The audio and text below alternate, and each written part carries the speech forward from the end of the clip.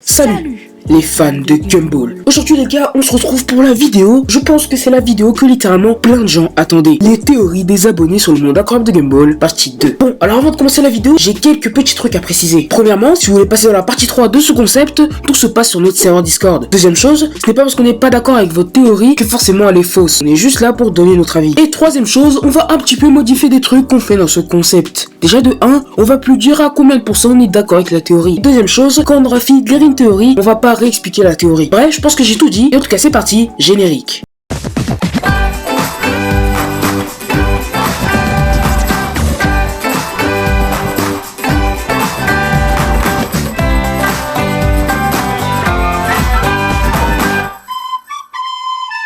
Donc, première théorie. Sinon, pour moi, quand Rob il est venu dans le collège pour transformer mes élèves en personnages réels de notre vie à nous, c'est peut-être pour changer le monde, car le monde dans lequel ils vivent se fait absorber par le néant et le tableau de la maman à Joe, Barbara, nous montre une espèce de néon dans lequel la famille Gumball court. Et du coup, Rob, qui a su, voulait sauver et leur expliquer, mais comme Tina l'a assommé, il a dit que c'était trop tard, puis absorbé par le néant, et voilà la fin. Rob, qui savait, s'est déguisé en professeur réel, et le coup des élèves parfaits était peut-être une excuse pour les ramener dans le bureau, sachant que dans le collège, tout le monde est bizarre. Enfin, pour être plus clair, uniquement un singe avec le Mont Blanc pour son crâne, un cactus, un ballon et un robot et autres personnages bizarres. Ils ont tous un défaut du coup, voilà. C'est pour ça qu'il fait semblant de les punir pour pas être parfait. Donc pour moi, je suis d'accord avec cette théorie parce que c'est aussi la mienne. Et merci à Zergeboom pour la théorie. Deuxième théorie, Richard Watterson ne serait pas le père de Gumball. Le caractère, les ressemblances, suspect. Alors personnellement, je suis pas trop d'accord avec cette théorie pour 3 raisons. Déjà, premièrement, le caractère. Si, il y a quelques trucs qui montrent que Gumball et Richard ont un petit peu le même caractère. Déjà, on peut voir que Gumball est plus flemmard que Richard, comme on a pu le voir dans l'épisode Les Paresseux. On peut aussi voir que Gumball est un peu débile. Non, vraiment, on l'a vu à plusieurs reprises dans plusieurs épisodes.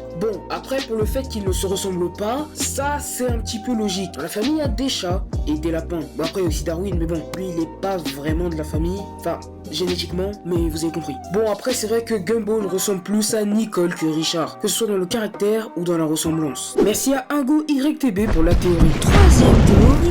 On est tous d'accord pour dire que Rob est censé être le méchant de Gumball. L'épisode où Gumball a un sentiment de déjà avoir vu ce moment. Mais qu'à la fin, on se rend compte qu'il voulait les aider. Et si Rob avait des problèmes sociaux et qu'il voulait juste avoir des amis, c'est possible car dans l'épisode où Gumball a un sentiment de déjà avoir vécu ce moment, il tue Darwin, ses parents et tous les personnages que Gumball aime avant de s'attaquer à Gumball. Ça pourrait donc prouver que Rob est jaloux et qu'il veut juste être l'ami de Gumball depuis le début. Je suis pas totalement d'accord, mais n'empêche que ça tient la route. Mais sinon, ça reste une théorie de fan, je pense pas que c'est vraiment ça le truc.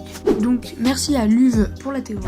Quatrième et dernière théorie qui s'appelle interconnexion. Le monde incroyable de Gumball est un dessin animé populaire auprès de notre génération. Mais qui sait quel lore ce dessin animé à l'apparence enfantine peut-il cacher? Saz et moi avons décrypté ce lore fort intéressant et nous allons donner des réponses à vos questions. Pour commencer, le monde incroyable de Gumball est regorgé de références en rapport dans notre monde à nous, comme par exemple la Game Shield, Game Boy, Mario, Sonic, Super Saiyan, Yu-Gi-Oh, Attaque des Titans, Sailor Moon, Star Wars. Mais il y a notamment des humains, plateaux télé, panneaux publicitaires, mais on peut apercevoir le néant dans plusieurs épisodes, notamment le signal quand Gumball et Darwin se disputaient et qu'il y a des effets de glitch comme si l'écran se plantait. Le sous-fifre quand Gumball réinitialise le jeu dans le jardin, nous pouvons aussi voir des effets de glitch et dans l'épisode L'ennui quand Gumball et Darwin regardaient l'horloge et qu'un camion de déménageurs a transporté leur maison. Et en chemin, nous pouvons voir qu'il y a aussi des effets de glitch mais surtout des personnages de Cartoon Network. Et cela nous fait penser qu'il y a une seule personne qui peut s'introduire dans le néant sans perdre la mémoire et une personne qui peut montrer des événements dont on peut voir le néant, entre parenthèses l'oracle, le super magasin et Barbara la banane. Et cela nous montre tout en un seul épisode, saison 3 épisode 12, le néant. Dans cet épisode, nous pouvons voir les erreurs que le monde d'Elmore a commises, comme le film que Richard Watterson a acheté, peut-être par le super magasin, l'âge du ratapanda et des références dans les années 1900 et 2000+, comme le ballon du crash du Hindenburg, le True Mode Pop-Up 2012-95 ou Crazy Frog. Le monde incroyable de Gumball est interconnecté entre la fiction et le réel, car nous pouvons voir des présences humaines, tandis que la plupart des personnages sont entièrement fictifs et animés. Et c'est pour cette raison que notre monde est interconnecté à la leur, car Rob savait tout et qui veut sauver Elmore en les transformant en humains pour pouvoir s'échapper dans notre monde réel. Bon, j'avoue la théorie est longue, mais c'est la meilleure théorie de la vidéo. Et je suis d'accord avec cette théorie, pour plusieurs raisons.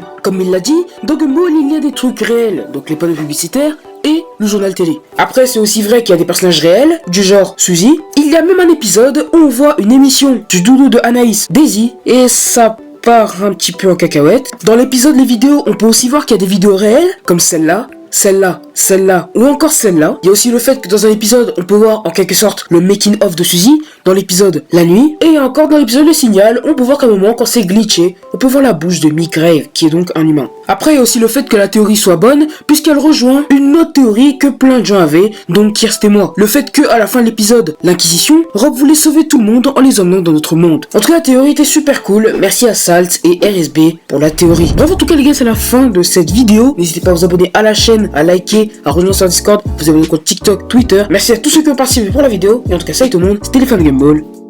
Ciao.